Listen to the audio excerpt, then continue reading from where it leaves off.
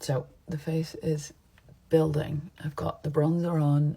Again, one thing that I didn't say in the previous video is every layer that you apply of makeup should be lighter than the layer before, in the sense of not amount, but in the pressure. So if I sort of go, just as give you an example, if I do this and then I'm like that, like I've just rubbed off everything. You can see that there's no product left on my face.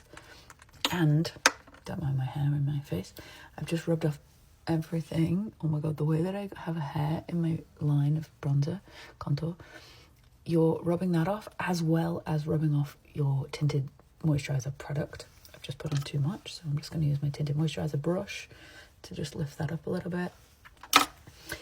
I mean, there's flexibility in this though, right? Because this tinted moisturizer product from Milk is sheer to medium buildable, whatever. I do love this. Some people yesterday was like, I haven't fell in love with it yet. Please tell me why, and I can try and help. My friend Ash Walker did a makeup look the other day where she just went all ruddy, kind of rusty tones. So I'm going to take a little inspiration from her and do a bit of that kind of look. This is an eyeshadow stick that I got from Mecca Cosmetica. It's called Mecca Max Zoom Shadow Stick, and the shade is Toffee. Now, what I just did is not technically good advice by sweeping it on both sides and then blending it afterwards. I should have done one side at a time, because eyeshadow sticks, I know this formula is a little flexible in the blend. Like, I have a decent amount of blend time with it, but if I didn't know this formula very well, and if that blend time was very, very fast, then I probably wouldn't have been able to have blended as easily as I just did, because this isn't really that much darker than my skin tone. It's just kind of like 2 shades darker. I'm actually going to take this quite big and wide, but look how sexy that looks already. Just like kind of grungy, gritty, ochre-y kind of brown eye. It's just such a vibe. Doing the same on the other side. Here's me saying I was going to do an Easter makeup look, and I'm going like grunge goth with the browns, taupes, tones. All right, so we're just going to stretch this a little bit out there. Actually, I just realized I didn't put on my eyebrow gel, so I'm going to do that real quick. This is going to be a KJH brand eyebrow gel.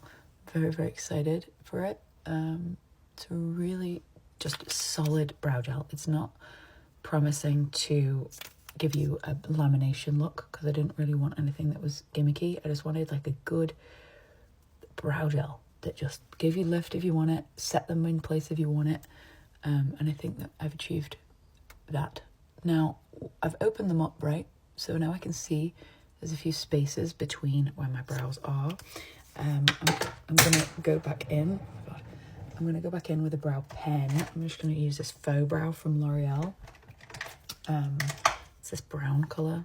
Don't really know. I'm just going to use it on its side and just do a few little flickies just to add a bit more texture, to match the texture that I just created with my brow gel, because the brow gel effectively made my brow hairs a bit darker through making them wet, and they'll sort of stay like that because there's now like a cast on them, almost like a hair gel would leave on your hair if you didn't crunch it in. So now this brow pen is giving me that sort of mimicked hair-like effect. That's enough. Just a few little randoms.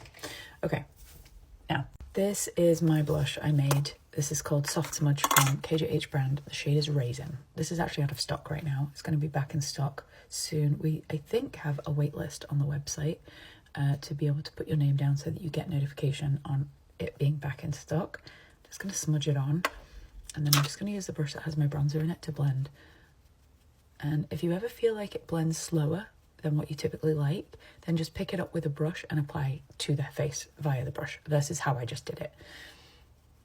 If you find that it's blending slow and you like control and you've got the patience, then do what I'm doing right now. If your skin is very, very dry, you might want an emollient base, which means moisturizers to be quite rich, your foundations to be quite glossy or tinted. Everything should be dewy. The point of this product and why I created it to be quite dry was longevity and flexibility in the wear. Like, if I want to take a little bit of my Hyper Shine Serum onto this, just a drop, not even, like a smear, this will completely change this texture of this product. I'm just going to apply it to the face like I just did, but show you the difference. So this will now add a sheen, which isn't for everyone, because if you're oily, you probably don't need any sheen mixed in, aka mixing medium, but if you're dry, you might like it. So you want to just do a little tap, tap, tap, like so. And then as far as the lip goes, I'm just going to blend that in. You can see how easily it blends in. It's almost like powder. If I apply it with the serum on the top, it's different. So you get just more coverage. You get more pigment payoff if it's wet.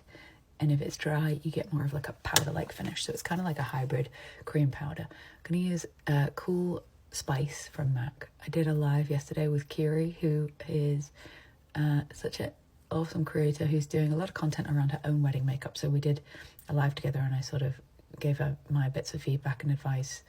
I also just want to say, if you're still here at this 5.6 minute mark, thank you so much for everybody that has sort of got behind this priming the brush method that I don't necessarily think that I've created by any means. And I would never take ownership of a technique or a trend because I'm not that arrogant. I think it's really arrogant when people do, because I don't think that we're in a time and a place in life where anything is really new anymore. I think that people, though, can, however, pioneer something. Not pioneer, maybe pioneer is the wrong word because I don't actually know what the meaning of that word is technically.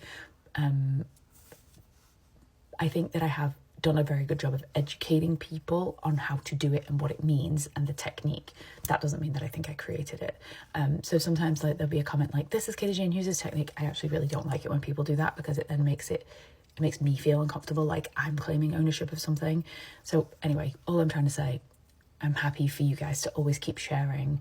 And I'm so grateful for whenever you guys are like, oh, you should follow Katie Jane Hughes. She has a really cool priming the brush technique. Because I think it's really clear to me that people have really figured out how to do their makeup better through this technique. And I'm just very grateful that you would all sort of just constantly be like pushing my name onto people's timelines. It's very, very sweet and very, very, very, very nice of you to do that. So thank you. And it's always so cute and funny, especially when it's like people looking to get better at doing their makeup. They're like, tag the makeup girlies in my feed. And sometimes that piece of content that person posted about them doing their makeup wrong, whatever that means, because I don't like to say anybody's ever doing their makeup wrong, because if it works for them and they feel good in it, then it ain't wrong. You know what I'm saying? Wrong is wrong. The word wrong is sort of in the makeup sense and in style and in that kind of category is subjective. I find sometimes inspiration from seeing that content, because it allows for me to say, oh, well, this is how you would do that. This is how I saw somebody doing it. And here's how I would do it if you want to make it different or better. Sometimes I wish I was better at articulating myself so I could say things in shorter sentences. Okay, so now just to make this a little bit more ruddy, I'm going to go in with Endless Cacao on the lip. First lip liner pencil was Cool Spice by MAC. This is now Endless Cacao in the long wear version from Makeup Forever. And I'm doing a little pointy Cupid's bow. And yeah. All right, I don't know if this is going to mesh well with what I'm about to do, but this is a lab sample that I'm very obsessed with. And it might do weird things over that cream eyeshadow that I put on, or the cream stick. It's kind of like just very delicately twinkled glitter. And this is from Italian Lab, I believe. And I'm very excited to potentially produce something like this. Like, it's just super, like, I want to just get rid of the brown, but like, look, even on the lip.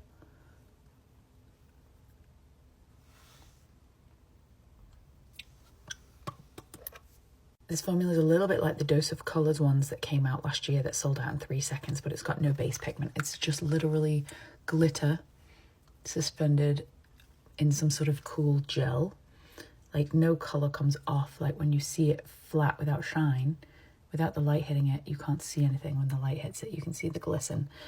So this is quite an interesting concept for us at KJH brand. I would tweak it some, make it a little bit more something, which I don't know yet. But I do actually want a little bit more glitter on my lid, so I'm just going to use this. This is actually a legitimate sample that we've been tweaking and working on at KJH brand. And any slurry glitter eyeshadow sort of will get you to this right now until this is out. Damn, I ran out of time again. I'm a rambler this morning. Powder just in the T-zone. and then I'll do mascara. I love this makeup.